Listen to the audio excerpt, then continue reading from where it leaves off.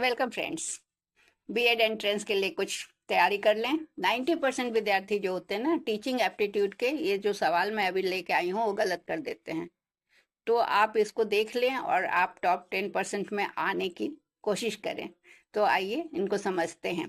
बुनियादी शिक्षा की अवधारणा किसने दी? Doctor Zakir Hussain, B doctor Rajendra Prasad, C Mahatma Gandhi, D Rabindranath Tagore. Answer है सी महात्मा गांधी। बुनियादी शिक्षा जिसे नई तालीम भी कहते हैं, इसकी अवधारणा महात्मा गांधी ने दी थी, जिसमें काम के साथ सीखने की, पढ़ाई के साथ काम सीखने की बात पर जोर दिया गया था, लर्निंग बाय डूइंग। अगला प्रश्न है, विद्यालयी शिक्षा की गुणवत्ता का सबसे महत्वपूर्ण सूचक क्या है?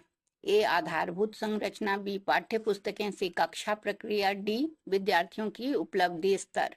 उत्तर है डी विद्यार्थियों की उपलब्धि स्तर।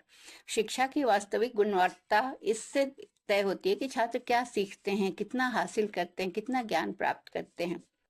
अगला प्रश्न है, विद्यार्थियों को सीखने की कठिनाइयों को सबसे अच्छे तरीके से कैसे दूर किया जा सकता है?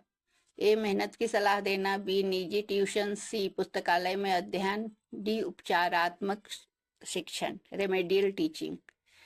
डी उत्तर है डी उपचारात्मक शिक्षण। रेमेडियल टीचिंग छात्रों की कमजोरियों को पहचान कर सुधारने का सबसे प्रभावी तरीका है। अगला प्रश्न है, सेवा में कार्यरत शिक्षकों का प्रशिक्षण, इन सर्विस ट्रेनिंग को प्रभावी कैसे बनाया जा सकता है? पहले से तैयार सामग्री द्वारा, बी आवासीय बनाकर, सी सहभागिता आधारित दृष्टिकोण, डी फॉलो अप व्यवस्था। उत्तर है सी सहभागिता आधारित दृष्टिकोण। सक्रिय भागीदारी से शिक्षक बेहतर समझ और व्यवहारिक ज्ञान प्राप्त करते हैं। अगला प्रश्न है, बाल श्रम निषेध अधिनियम 1986 क्या कहता है? 14 वर्ष तक सभी श्रम प्रतिबंधित, बी केवल खतरनाक कार्यों में बाल श्रम प्रतिबंधित, सी स्कूल समय में प्रतिबंध, डी नियोक्ता जिम्मेदार। उत्तर है बी केवल खतरनाक कार्यों में बाल श्रम प्रतिबंधित। यह कानून मुख्य रूप से बच्चों को खतरनाक उद्योगों में काम करने से रोकता है।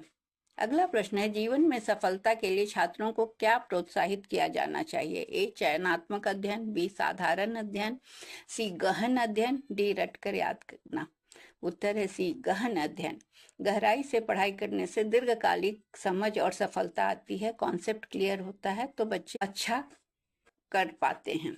अगला प्रश्न है, विद्यार्थियों की अनुपस्थिति एब्सेंटीज्म को कैसे लिया जाना चाहिए? ए प्रधानाचार्य और अभिभावकों की चिंता, बी नियमों के अनुसार निपटना, सी शिक्षक के द्वारा गंभीरता से लेना, डी कम प्राथमिकता देना। उत्तर है सी शिक्षक द्वारा गंभीरता से लेना। शिक्षक छात्रों के सबसे करीब होते हैं, इसलिए वे समस्या को जल्दी समझ सकते हैं। छात्रों के दोस्त बनकर छात्रों से बात कर कर उनकी समस्या को समझकर उसको सुलझाने में मदद भी कर सकते हैं।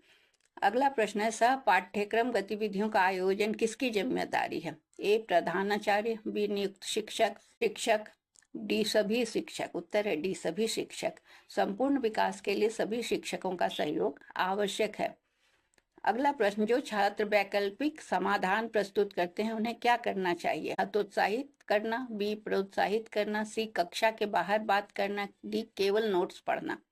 उत्तर है बी प्रोत्साहित करना। यह रचनात्मकता और आलोचनात्मक सोच को बढ़ावा देता है। अगला प्रश्न है, अनुभवी शिक्षक विस्तृत योजना क्यों नहीं बनाते? ए बिना योजना के बेहतर पढ़ाते हैं, बी छात्र कम जिज्ञासु होते हैं, सी कोई चुनौती नहीं, डी अनुभव से संक्षिप्त योजना बना लेते हैं। उत्तर है डी अनुभव से संक्षिप्त योजना बना लेते हैं। अनुभव के कारण वे कम समय में प्रभावी योजना बना सकते हैं। अगला प्रश्न है, शिक्षा का उद्देश्य क्या होना चाहिए? ए व्यावसायिक कौशल, बी सामाजिक जागरूकता, सी परीक्षा की तैयारी, डी जीवन के लिए तैयार करना। उत्तर है डी जीवन के लिए तैयार करना। शिक्षा का मुख्य उद्देश्य जीवन में सफल बनाना है, न कि केवल परीक्षा पास करना। गृह कार्य जांचने का सर्वोत्तम तरीका क्या है? ए होशियार छात्रों से, बी कक्षा में सामूहिक जांच। उत्तर है बी कक्षा में सामूहिक जांच। इससे सभी छात्रों को सीखने का अवसर और तुरंत फीडबैक मिलता है। अगर आपको ऐसे ही इम्पॉर्टेंट एमसीक्यू चाहिए तो कमेंट करें नेक्स्ट सेट। इस पोस्ट को सेव करें और रिवीजन के लिए अपने दोस्तों के साथ शेयर करें। Thank you.